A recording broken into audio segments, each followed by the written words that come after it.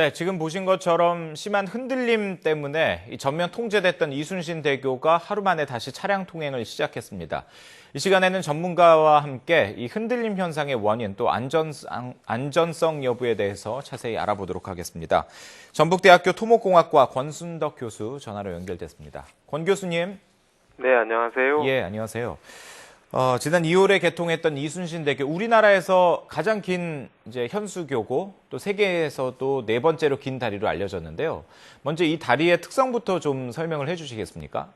네, 현수교라는 다리는 우리 마당에 설치하는 빨랫줄과 비슷합니다. 네.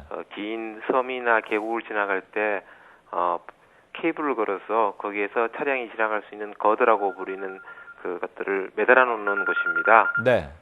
그래서 케이블이 흔들리기 때문에 굉장히 유연한 구조로서 평소에 지진이나 아니면은 바람 같은 거에 의해서 진동을 할 수 있는 그런 구조계입니다. 네. 저희들이 앞서 리포트에서도 당시에 목격자의 이야기를 들었는데요.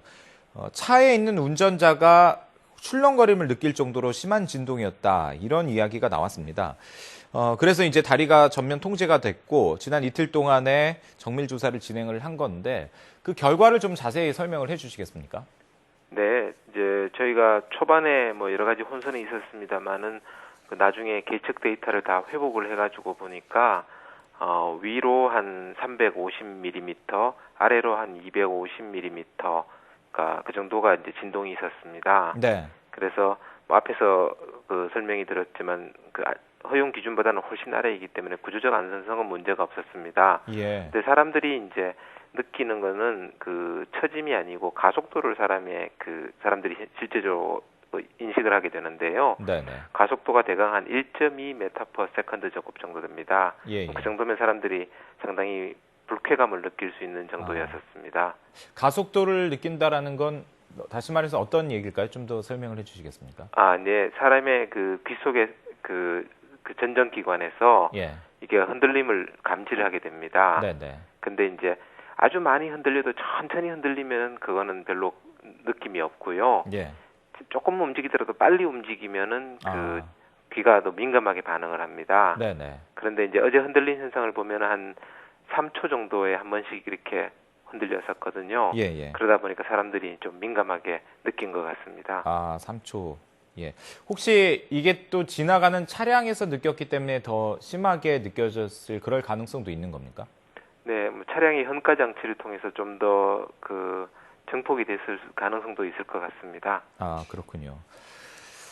앞서 저희가 리포트로도 전해드렸고요. 또 교수님의 말씀을 이제 정리를 해보자면, 도로 노면 공사를 위해서 설치했던 비닐막이 바람의 흐름을 막았고, 이제 이게 그 안에서 소용돌이 치면서 다리가 흔들렸다. 다시 말해서 이제 그 다리 구조적으로 문제가 생긴 게 아니라 그 다리 안에서의 어떤 바람의 흔들림 현상, 이런 거라고 봐야 되는 겁니까? 네, 그렇습니다. 현재 이 다리의 경우에는 네. 굉장히 유선형으로 설계되어 있습니다. 예. 그러니까 바람이 싹 지나가도록 되어 있는데 가림막이 맨 앞쪽에서 난간에 설치된 가림막이 있음으로써 바람이 거기에 부딪혀서 교량의 뒷면에 큰 소용돌이를 만들게 됩니다. 네.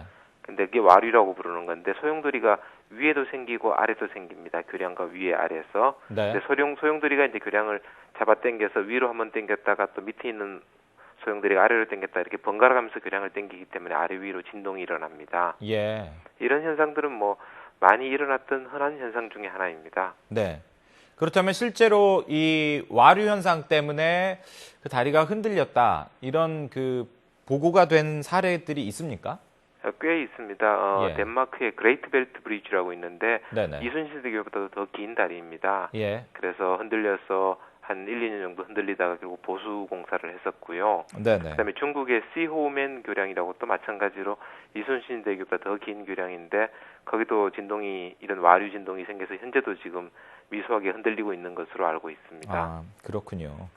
그러면 이러한 와류 현상 때문에 다리를 지나는 차량들이 흔들림을 느꼈을 망정 와류 현상이 다리 자체의 어떤 구조에 영향을 주거나 그러는 건 아닌 거죠? 이제 그게 아주 동안 지속되면은 좀 네. 손상을 줄 수가 있습니다. 아, 그렇군요. 피로 파괴라고 부르는데 여러분들이 예, 예. 이제 철사 같은 것들을 이렇게 반복해서 휘었다 폈다 하면 끊어지지 않습니까? 네.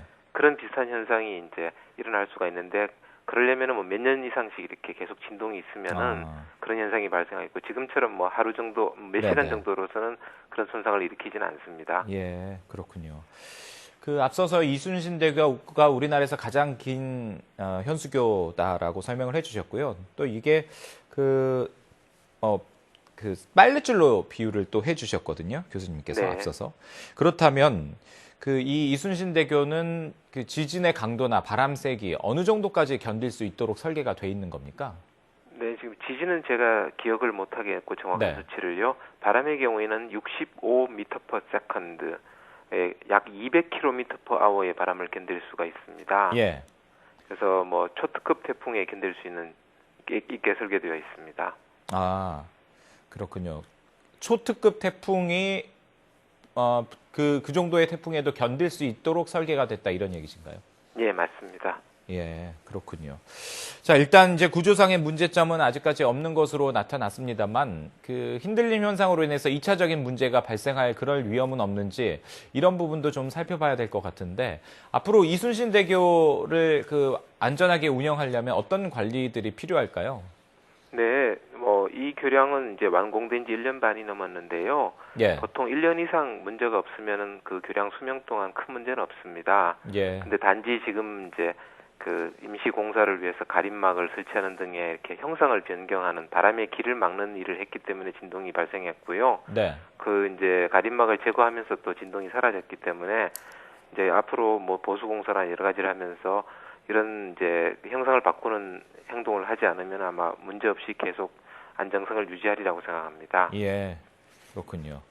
아무래도 우리나라가 과거에 성수대교가 붕괴해서 그 참사를 겪었던 경험이 있었던 만큼 그 당시에 그 이순신 대교를 지나면서 차량이 흔들렸던 운전자들 깜짝 놀라셨을 것 같은데 이렇게 시설 관리하는 당국이 철저하게 안전 점검하고 관리를 해서 어떤 그런 불안함들 없앨 수 있었으면 좋겠네요.